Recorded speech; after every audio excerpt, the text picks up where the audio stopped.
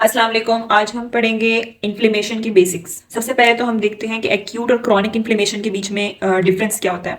उससे पहले इन्फ्लेमेशन होता क्या है? It is basically response which is shown by vascularised tissues, यानी सिर्फ वही टिश्यूज शो करेंगे जिनमें ब्लड वेजल्स होंगे। ठीक है।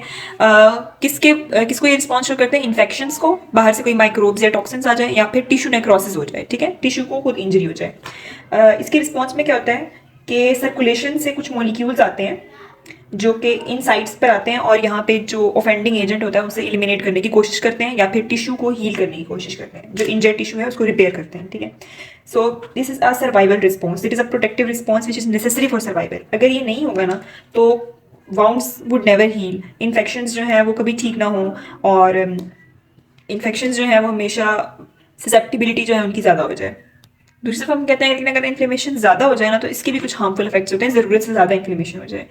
सबसे पहले इसकी कुछ एग्जांपल्स हैं, लाइक हो सकता है कि इन्फ्लेमेशन जो है मिसडायरेक्टेड हो जाए, लेकिन जहाँ नहीं होनी चाहिए वहाँ हो जाए, लाइक सेल्फ इंटीजेंस के खिलाफ, जैसे कि auto immune disease rheumatoid arthritis में होता है। हो सकता है कि ज़्यादा देर के लिए परसिस्ट करे, प्रोलॉन्ग हो जाए, जैसा कि माइकोबैक्टीरियम ट्यूबरक्यूलोसिस में होता है। इसी तरह हो सकता है कि जो सब्सटेंसेस थे वो इतने ज़्यादा हार्मफुल नहीं थे। ठीक है, लाइक इन्वायरमेंटल पॉल्यूटेंट्स हो गए, पोलन्स हो गए, या कोई फूड हो गया वो इतना हार्मफुल नहीं था, लेकिन उसके खिलाफ भी इन्फ्लेमेशन हो जाए। ऐसा एलर्जीज में होता है, लाइक एस्थमा वगैरह में। तो कुछ डिजीजेस भी कॉज हो जाती हैं अगर इन्फ्लेमेशन ज़रूरत से ज़्यादा हो जाए तो। अब हम देखते हैं कि एक्यूट और क्रॉनिक इन्फ्लेमेशन क्या होता है। जो एक्यूट है ना, that is initial response, like बाहर से कोई भी एंटीजन आया या कोई भी एलर्जन आया। इन्फ्लेमेशन स्टार्ट सबसे पहले कैसे होती है? एक्यूट से स्टार्ट होती है। ठीक है, और रैपिड, लाइक वो with in minutes two hours जो है उस हार्मफुल स्टिमुलाई को रिस्पॉन्ड करेगा। अगर तो एक्यूट जो है वो स्टिमुलस को क्लियर कर दे, हार्मफुल जो था उसको क्लियर कर दे, तो टिश्यू विल रिकवर। बट अगर acute fails to clear the stimulus, ठीक है, एक्यूट इन्फ्लेमेशन से भी स्टिमुलस क्लियर ना हो पाए तो फिर वो कन्वर्ट हो जाता है इनटू क्रॉनिक। ठीक है। दूसरा हम कहते हैं कि एक्यूट में रिस्पॉन्स क्या होता है? फौरन से वेजोडाइलेशन होती है, एक्यूट परमिबिलिटी जो है वो बढ़ जाती है वेजल्स की, जिसकी वजह से होगा एडिमा। ठीक है। और दूसरा हम कहते हैं न्यूट्रोफिल्स आते होते हैं। सबसे पहले क्या आते हैं रैपिडली? कौन से आते हैं? Neutrophils. Neutrophils and macrophages are two types of phagocytes present in the body for defence system. But सबसे पहले न्यूट्रोफिल्स आएंगे और फिर कुछ अरसे बाद और प्रोलॉन्ग पीरियड के लिए मैक्रोफेजेस आते हैं, क्रॉनिक में आएंगे। ठीक है, मैक्रोफेजेस और लिम्फोसाइट्स जो हैं they will be present in chronic inflammation. फिर हम कहते हैं क्रॉनिक इन्फ्लेमेशन क्योंकि बहुत लॉन्ग पीरियड के लिए इसमें मैक्रोफेजेस जो हैं वो ज़्यादा पोटेंट सेल्स हैं एज कम्पेयर टू न्यूट्रोफिल्स, तो वहाँ पे टिश्यू इंजरी भी ज़्यादा होती है। एक्यूट में हम कहते हैं माइल्ड टिश्यू इंजरी होती है। इसके अलावा क्रॉनिक में फिब्रोसिस हो जाती है। ठीक है, बिकॉज फॉर प्रोलॉन्ग पीरियड्स है कनेक्टिव टिश्यू की डेपोजिशन हो जाएगी, स्कारिंग हो जाएगी। एक्यूट में वो रिकवर हो जाता है, ऐसा फिब्रोसिस वगैरह नहीं होती। Will discuss in detail the difference between neutrophils and macrophages. ठीक है, न्यूट्रोफिल्स कैसे काम करते हैं? मोस्टली वो उनके अंदर ग्रेन्यूल्स होते हैं जिसके अंदर कुछ इंजाइम्स वगैरह प्रेजेंट होते हैं। न्यूट्रोफिल्स आते हैं, वो ग्रेन्यूल्स रिलीज करते हैं, इंजाइम्स रिलीज करते हैं, उनका रैपिड एक्शन होता है और वो खत्म हो जाता है। ठीक है, लाइक 1 to 2 days जब होता है ना इन्फ्लेमेशन के अंदर अंदर ये खत्म हो जाते हैं। जबकि मैक्रोफेजेस में हम कहते हैं कि होता तो स्लो रिस्पॉन्स है, ठीक है, काफी दिनों बाद होता है, बट होता प्रोलॉन्ग है, लंबे अरसे के लिए होता है। ठीक है, क्योंकि इन्होंने सिर्फ इंजाइम्स वगैरह रिलीज नहीं करते होते, बल्कि मैक्रोफेजेस का काम होता है कि इन्होंने जीन ट्रांसक्रिप्शन के थ्रू न्यू प्रोटीन्स या न्यू सब्सटेंसेस जो है वो बनाने होते हैं। ठीक है, तो इनकी जो लाइफ स्पैन है वो वीक्स तक होता है, डेज टू वीक्स। और जो टिश्यू के अंदर रिजाइड कर रहे होते हैं मैक्रोफेजेस, ठीक है, उनका जो लाइफ स्पैन है दैट इज ईयर्स। न्यूट्रोफिल्स किन किन मेथड से काम करते हैं? ये हमारे पास रिएक्टिव ऑक्सीजन स्पीशीज बना रहे होते हैं। ठीक है, कौन सा एंजाइम होता है इनके अंदर? फैगोसाइट ऑक्सीडेज, ये इनकी लाइसोसोम के साथ होता है ये एंजाइम। ठीक है, फैगोसाइट ऑक्सीडेज, ये उसमें ऑक्सीजन से जो है रिएक्टिव ऑक्सीजन स्पीशी बना रहे होते हैं। फिर रिएक्टिव ऑक्सीजन स्पीशी जो है वो माइक्रोब्स को किल करती है। इसके अलावा ये रिलीज कर रहे होते हैं एनईटीज। ठीक है, NETs basically stand for neutrophil extracellular traps. ठीक है, यानी कि न्यूट्रोफिल्स कुछ ऐसा रिलीज करेंगे जो कि एक्स्ट्रा सेलुलर जाके ट्रैप के तौर पर काम करेगा। ये है एक्टिवेटेड न्यूट्रोफिल जिसके अंदर न्यूक्लियस है। इन्होंने क्या करना है, अपने न्यूक्लियस के अंदर का जो कंपोनेंट है ना, इन्होंने वो रिलीज करवाना है। क्रोमेटिन कंपोनेंट्स लाइक हिस्टोन्स जो है वो मोस्ट इंपॉर्टेंट जो ये रिलीज करवाते हैं। ठीक है, और बाकी क्रोमेटिन कंपोनेंट्स भी ये रिलीज करवाएंगे। जब ये उसको रिलीज करवाएंगे ना एक्स्ट्रा सेलुलर में, वो बाहर जाके ये हिस्टोन्स और क्रोमेटिन कंपोनेंट्स जो हैं ये बाहर जाकर एक फिब्रिलर नेटवर्क बनाएंगे। ठीक है, क्या बना लेंगे? एक फिब्रिलर नेटवर्क बना लेंगे, यानी एक जाला सा बना लेंगे, एक नेट बना लेंगे।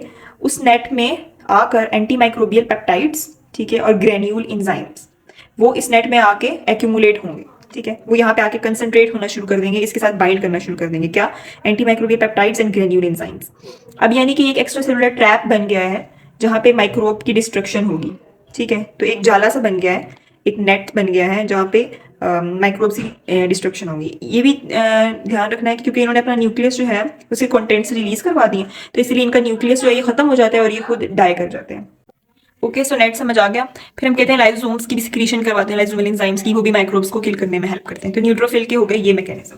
मैक्रोफेजेस क्या करते हैं? मैक्रोफेजेस हमने पढ़ा था ना कि जीन की ट्रांसक्रिप्शन को ज्यादा करा रहे हैं, तो ये inducible nitric oxide synthase, this is an enzyme, इसकी ट्रांसक्रिप्शन ज्यादा करवाते हैं, जिसकी वजह से वो नाइट्रिक ऑक्साइड की सिंथेसिस ज्यादा हो जाती है। ठीक है, अब नाइट्रिक ऑक्साइड माइक्रोब्स को किल करने में हेल्प करता है। इसी तरह ये साइटोकाइंस रिलीज करते हैं। ठीक है, साइटोकाइंस जो है वो मैक्रोफेजेस से रिलीज होने वाले साइटोकाइंस जो हैं they are mediators release from macrophages, ये इन्फ्लेमेशन में हेल्प करेंगे। ठीक है, तो मैक्रोफेजेस जो हैं वो इनकी भी सिंथेसिस ज़्यादा करने में हेल्प करते हैं। अब हम इन्फ्लेमेशन का एक बेसिक मैप देख लेते हैं कि किस तरह सारे इवेंट्स जो हैं होते हैं। सबसे पहले हम कहते हैं स्टिमुलाई कौन से हो सकते हैं, माइक्रोब्स या टॉक्सिन्स हो सकते हैं या फिर टिश्यू नेक्रोसिस। दोनों स्टिमुलाई जब आ रहे हैं तो हम कहते हैं टिश्यू के अंदर कुछ सेंटिनल सेल्स पड़े होते हैं। ठीक है, सेंटिनल सेल्स क्या होते हैं? सेंटिनल का मतलब होता है जो नजर रख रहे हो टिश्यू पे। ठीक है, लाइक जो प्रोटेक्शन के लिए वहां पे मौजूद हो, गार्डिंग सेल्स, वो सेंटिनल सेल्स में हमारे पास होते हैं macrophages, dendrite cells and mast cells. Macrophages कौन से वाले? Tissue resident. हमने पढ़ा है ना कि एक टिश्यू रेजिडेंट मैक्रोफेजेस होते हैं और एक ब्लड के अंदर होते हैं। Tissue resident macrophages act as sentinel cells. जब दोनों स्टिमुलाई यहाँ पे आएंगे ना, तो इन सेंटिनल सेल्स के ऊपर कुछ रिसेप्टर्स लगे होते हैं। ठीक है, वहां पे आके ये स्टिमुलाई लगेगा और यहाँ से मीडिएटर्स रिलीज करेंगे।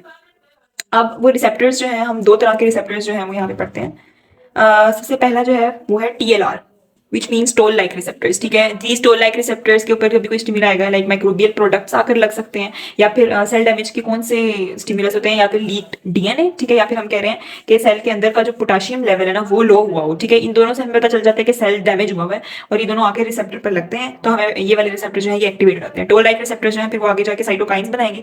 Cytokines are mediators of inflammation. ठीक है, इसके अलावा दूसरा रिसेप्टर कौन सा? जो साइटोसोल के अंदर होता है। ठीक है, लाइक साइटोसोल के अंदर जो दूसरे हम कहते हैं साइटोसोल के अंदर होते हैं। ठीक है, साइटोसोल के अंदर जो रिसेप्टर्स हैं उनको कहते हैं साइटोसोलिक नोड लाइक रिसेप्टर्स। ठीक है, नोड लाइक रिसेप्टर्स यानी कि NLRs। जब ये एक्टिवेट होंगे तो ये रिलीज करेंगे inflammasomes. Inflammasomes are just multi protein complexes of inflammasomes जो है वो आगे inflammatory cytokine which is interleukin 1। ठीक है, इंटरल्यूकिन 1 जो है वो एक इन्फ्लेमेटरी साइटोकाइन है, वो एक्टिवेट होगा तो आगे से फिर इन्फ्लेमेशन होगी।